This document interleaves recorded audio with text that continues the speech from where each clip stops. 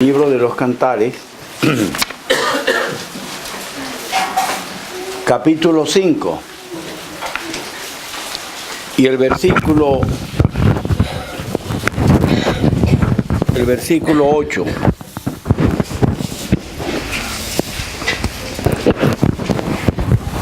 Yo os conjuro, oh doncellas de Jerusalén, si halláis a mi amado, que le hagáis saber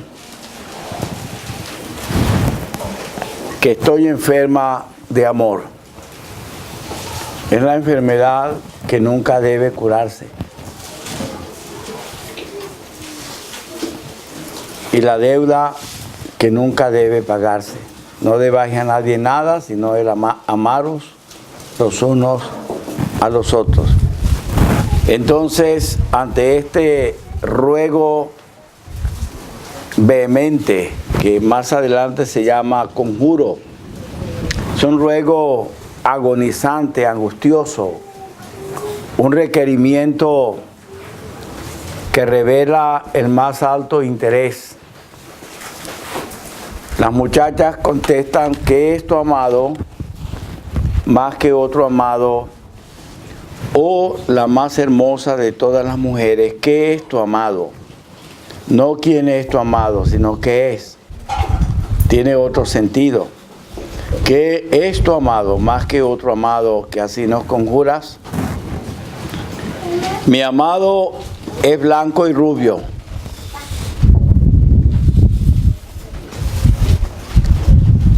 Resplandeciente, refulgente. Esta palabra está relacionada con la Shekinah, la gloria divina. De manera que apunta a la deidad del Señor. Y rubio, esta palabra no se refiere al cabello porque más adelante leemos que sus cabellos son crespos y negros. Se refiere a su cuerpo y tiene que ver con su humanidad. Señalado entre 10,000. Su cabeza como oro finísimo, sus cabellos crespos, negros como el cuervo, sus ojos como palomas junto a los arroyos de las aguas, que se lavan con leche y a la perfección colocados, sus mejillas como una era de especias aromáticas, como fragantes flores, sus labios como lirios que destilan mirra fragante, sus manos como anillos de oro engastados de jacintos, su cuerpo como claro marfil cubierto de zafiros, sus piernas como columnas de mármol fundadas sobre basas de oro fino, su aspecto como el Líbano escogido como los cedros, su paladar dulcísimo y todo él codiciable. Tal es mi amado, tal es mi amigo, oh doncellas de Jerusalén. De pronto, hermano, cuando uno lee una porción así, se mete en un tremendo rollo, ¿verdad? Como que es demasiado camisón pa' Petra. Y hay más, mucho más en pasajes como este de lo que cualquier mente, aún el santo más capacitado y más brillante, pudiera explicarnos y exponernos. La porción que hemos leído puede ser dividida en dos partes. La primera parte representando en la actitud de las doncellas lo que el amado es para el mundo. La pregunta encierra un gran desdén por aquel que es el deleite del alma de esta muchacha. ¿Qué es más? ¿Qué es tu amado más que otro amado? O la más hermosa de todas las mujeres. Ellas ven una hermosura excepcional en ella, porque la llaman la más hermosa de todas las mujeres, despreciando al que la Biblia llama el más hermoso de todos los hombres. Así es el mundo. El mundo puede aún hallar bastante contentamiento en la iglesia. en el pueblo de Dios. Y hay personas no salvadas, familiares de los hermanos y aún del lado afuera que nada conocen, que son curruñas de los creyentes. Les gusta la amistad y ven una gran belleza. Yo me admiro cómo son ustedes tan unidos. Y se pronuncian en alabanzas a la conducta y al pueblo de Dios. Pero están pelando el blanco. Si no ven la hermosura que la palabra de Dios presenta del amado y lo que la iglesia ha encontrado en él y el creyente ha encontrado en él, sencillamente eso no le sirve absolutamente nada. A lo menos no para la salvación. Entonces, es tan importante lo que una persona crea del Señor, porque eso va a determinar el lugar que el mundo y el hombre le dé al Señor, va a determinar el lugar que el Señor le dé a ese hombre. La segunda parte sería lo que para ella es el amado. Porque la pregunta no es quién es tu amado, es qué es tu amado. Representa tanto para ti que nos conjuras de esta manera. ¿Qué tiene él que no tiene otro amado? Que tú estás diciendo que estás desfalleciendo de amor. No puede ser. Entonces, la respuesta de ella a partir del versículo 10 representa lo que el amado es para ella.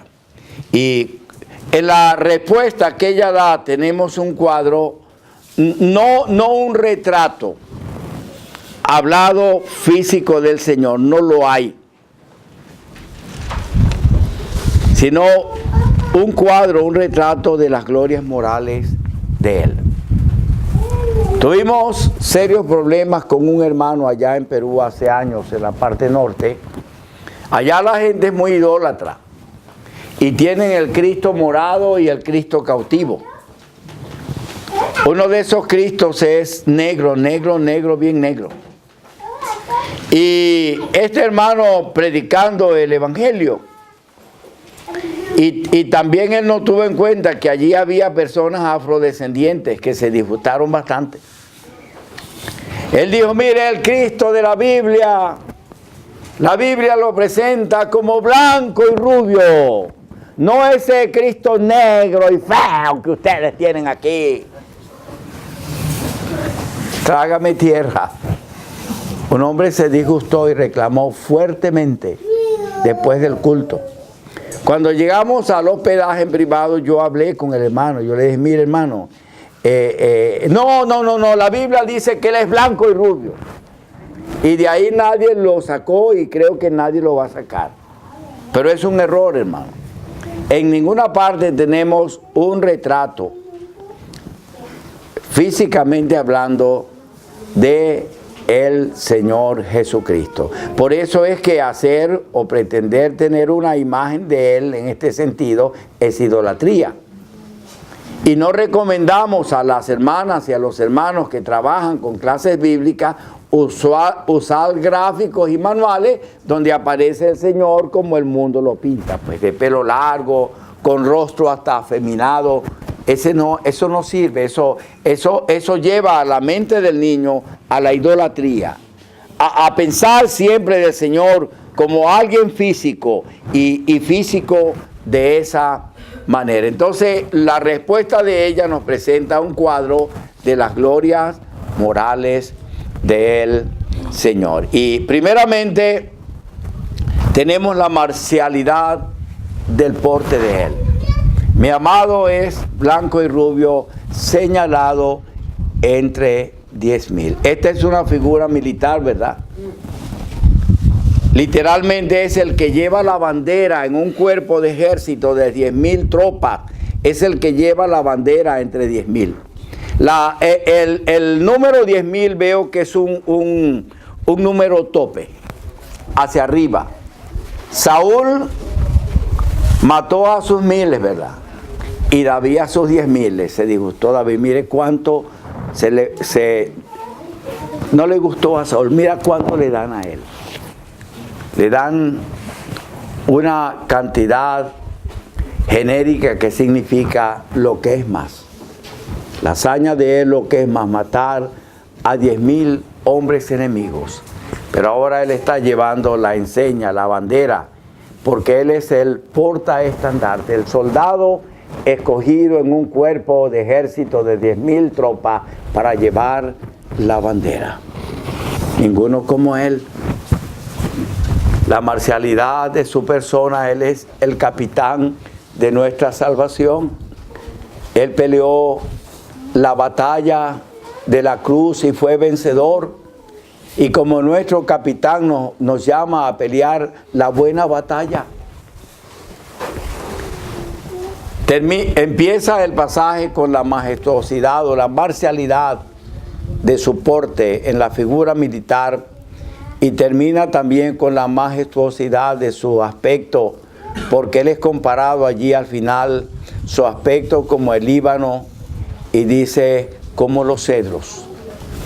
Los cedros en las figuras vegetales de la Sagrada Escritura son para mostrar lo que es más majestuoso.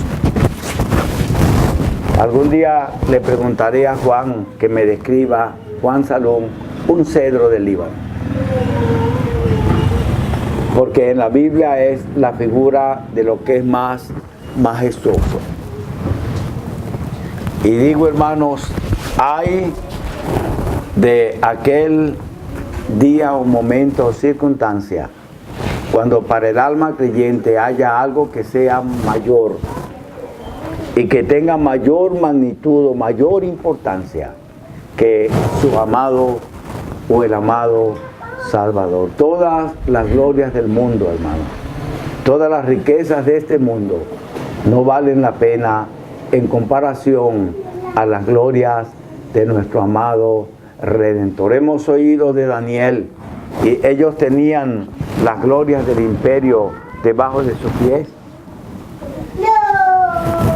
Ellos estaban sumamente capacitados y hemos oído que fueron encontrados 10 veces mejores que los sabios de Babilonia. Pero sencillamente ellos no querían esa grandeza. José fue grande en Egipto, pero él no buscó esa grandeza. De manera que la majestad, las glorias de nuestro amado Salvador deben servir para que toda grandeza humana pierda el sentido a la luz de tal majestad. Pero otra de las cosas que tenemos en el pasaje es el oro de su divinidad. Usted se está dando cuenta que allí en el versículo 11 hay oro en su cabeza como oro finísimo. Usted se está dando cuenta que en versículo 14 hay oro en sus manos como anillos de oro engastados de jacinto. Y usted se está dando cuenta que en el versículo 15 hay oro en sus piernas como columnas de mármol fundadas sobre basas de oro finísimo. Hay un comentarista irlandés y él lo explica de una manera muy sencilla. El oro finísimo nos habla de la deidad, de la divinidad del Señor. Oro en sus pensamientos. Lo que el Señor nos trajo fue realmente la mente de Dios. Y tal vez no entendemos mucho el sentido de Hebreos capítulo 1 cuando algún hermano no lo vierte como la versión Reina Valera y otras versiones, sino que lo deja en su sentido original, nos ha hablado en hijo. Oí en días pasados de alguno que estaba diciendo que Dios nos habló en profetas. Me rasqué la cabeza y me la sigo rascando todavía. Porque creo que aunque la frase se pudiera usar, porque Dios estaba hablando por medio de los profetas, el sentido de Hebreos 1 cuando dice que nos ha hablado en Hijo no tiene exactamente el mismo sentido. Porque los profetas no tenían la naturaleza de la deidad como el mismo Señor. Y uno se mete en terrenos muy profundos, hermano. Pero esas son palabras mayores. Oro de la deidad en su cabeza. Sus pensamientos, los criterios divinos fueron vertidos y traídos exactamente en la mente de Dios por lo que el Señor habló. Pero también hay oro en sus manos. Los hombres tuvieron que reconocer, aunque no de una manera plena, nadie puede hacer estas cosas si no está Dios con él. Pero la verdad no era exactamente esa. Es que era Dios mismo encarnado, que estaba, el que usó sus manos en la creación, estaba poniendo sus manos sobre el leproso. Oro en sus manos, acciones divinas, obras creativas que solamente la mano de Dios podía hacer, y las hizo en el manifestado en carne, en la persona del Señor Jesucristo. Mire, hermano, no debemos dudar que esa mano tiene el mismo poder y que podemos esperar de sus manos divinas obras que solamente son potestativas del Dios del cielo. Los médicos no pueden hacerlo, el bisturí, la cirugía no puede, ¿verdad? El gobierno no puede, todos los millones y los recursos del mundo no puede, pero esperamos en las manos de aquel que creó el mundo y que tiene los mundos en su mano y en su poder, para ver más de su poder divino por medio de su obra. Pero también oro en sus piernas. Ya no es su pensar, ya no es su obrar, ya es su andar. Ninguno pisó esta tierra con los pasos del hombre que manifestó la perfección divina y humana.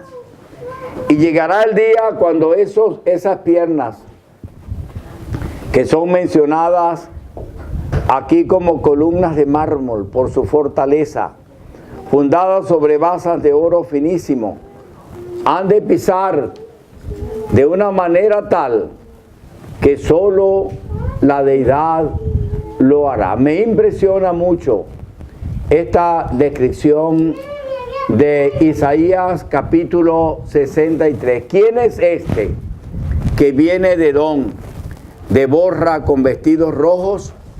Este hermoso en su vestido, que marcha en la grandeza de su poder. Yo, el que hablo en justicia, grande para salvar. ¿Por qué es rojo tu vestido y tus ropas como del que ha pisado el lagar? He pisado yo solo el lagar, y de los pueblos nadie había conmigo. Los pisé con mi ira y los hollé con mi furor, y su sangre salpicó mis vestidos y manché todas mis ropas, porque el día de la venganza está en mi corazón y el año de mis redimidos ha llegado. Estas piernas y estos pies van a pisar en juicio.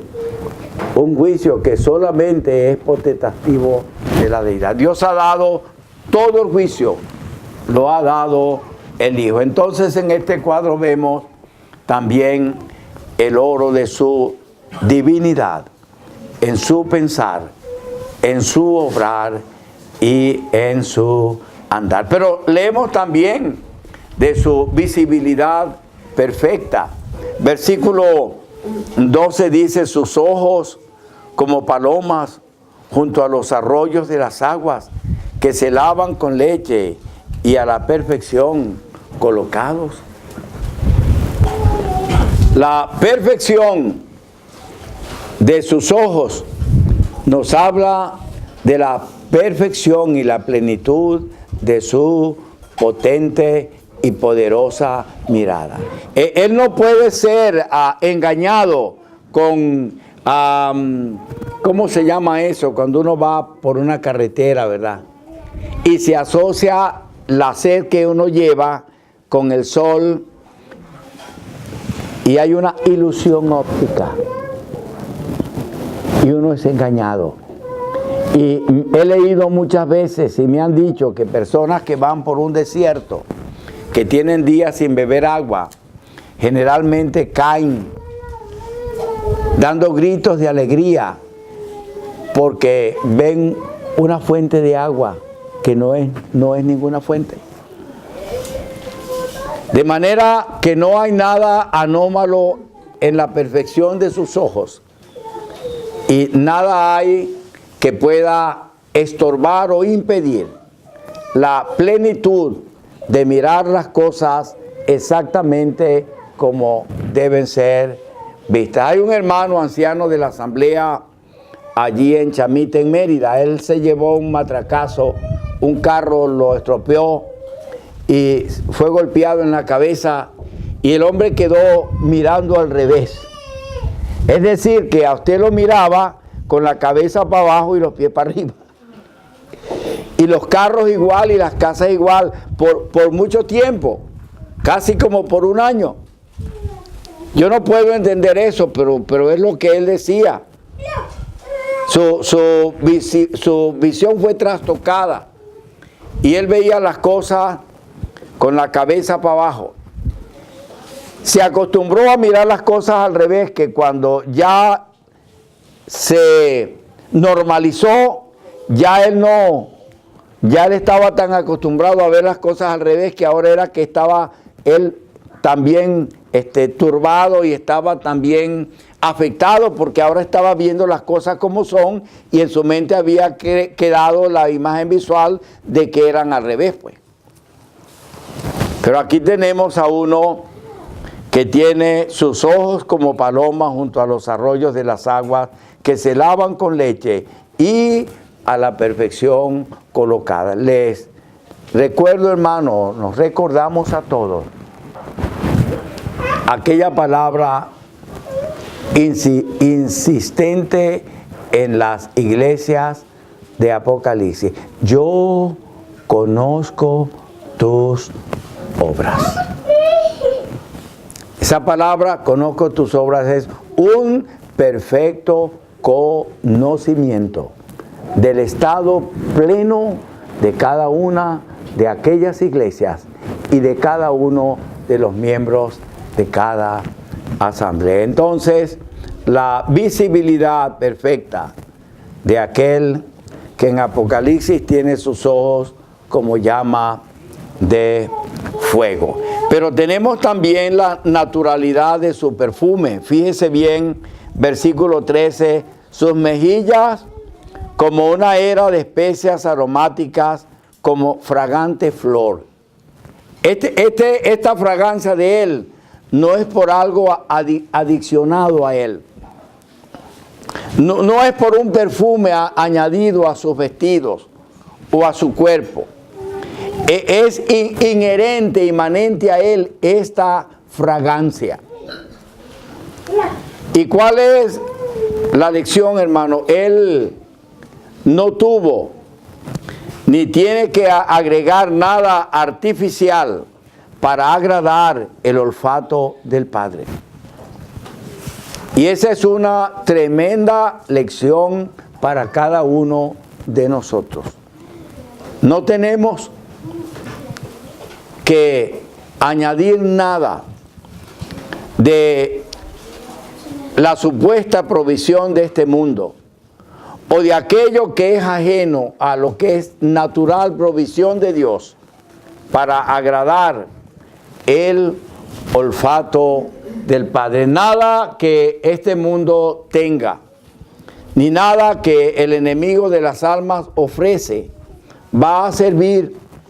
¿Usted se acuerda de David cuando fue a la batalla contra el gigante Goliat?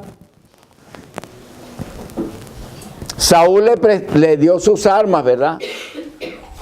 Y David tal vez por cortesía se las puso. Pero él tomó, como hemos oído, su decisión y él decidió ser genuino.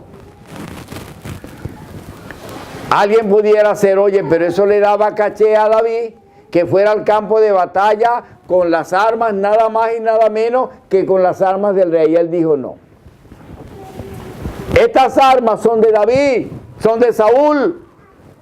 Pero David no era como Saúl, ni podía usar las armas que Saúl había usado. Aquel hombre fue en la sencillez y en lo genuino de lo que él era y había sido con Dios allá en los campos, defendiendo su rebaño y sus corderos del león y del oso con toda naturalidad. Aprendamos esto, hermano. Esta fragancia, sus mejillas como una era de especias aromáticas, como fragantes flores, son inherentes a la persona de ese amado. No que él ha tomado algo para perfumarse de una manera artificial. Pero tenemos también otro elemento en el versículo 13. Dice allí, sus labios como lirios, sus labios como lirios que destilan mirra fragante. La originalidad de su mensaje. ¿Usted se acuerda? Aquellos alguaciles que fueron enviados para tomar al Señor, ellos regresaron con las manos vacías. ¿Por qué no le trajiste? ¿Cuál fue la palabra que ellos dieron? No, es que jamás hombre alguno ha hablado con este hombre. Y leemos en los relatos de los evangelios que la gente se admiraba de su doctrina porque les hablaba con autoridad y no como los religiosos contemporáneos de su tiempo. Hermanos, esta palabra estará vigente por los siglos sin fin. Jamás hombre alguno ha hablado como este hombre. La palabra que juzgará en el día postero, según las palabras de él en el Evangelio de Juan, quien me rechaza tiene quien le juzgue. Las palabras que yo he hablado, ellas le juzgarán en el día postero.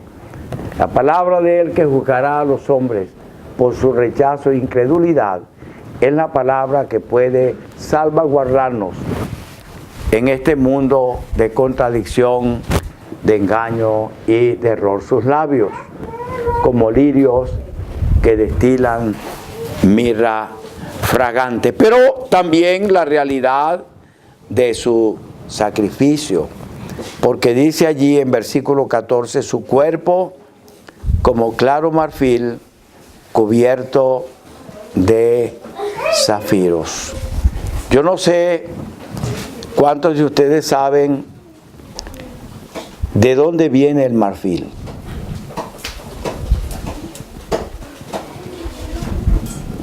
¿De dónde? ¿Ah? Sí, pero de los elefantes muertos. La utilización del marfil para usos utilitarios o artesanales o artísticos presupone la muerte del animal. Su cuerpo como claro marfil cubierto de zafiro. La realidad de su sacrificio, el precio que él pagó para salvarnos a nosotros, será el tema, hermanos, de la eterna canción en la gloria. Y finalmente, su capacidad gustativa, porque es otro aspecto. Uno lee allí en versículo 16, su paladar dulcísimo y todo el codiciable. Mire, hay un oficio, no son muchos,